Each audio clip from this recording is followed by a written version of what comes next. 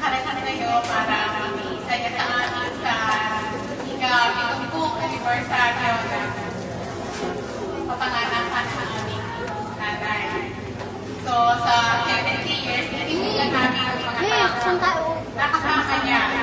Simula mga kapatid, kaibigan, sa bahay, at siyempre ang mga anak at ang mga apo. Ewan namin kung nabuting kami ng nanay na ito sa aming surprise party sa kanya. Ay nabuting yung mga kasi una pinag-iisipan namin, sasabihin pa namin sa nanay na mag-celebrate siya or hindi. Kaya mga sabihin ng nanay, kirahin mo na lang. Very joke lang. Siyempre, yung 70 years talagang milestone yan sa buhay ng tao. Kaya kapag kasama ng mga kapatid niya, celebrate niya.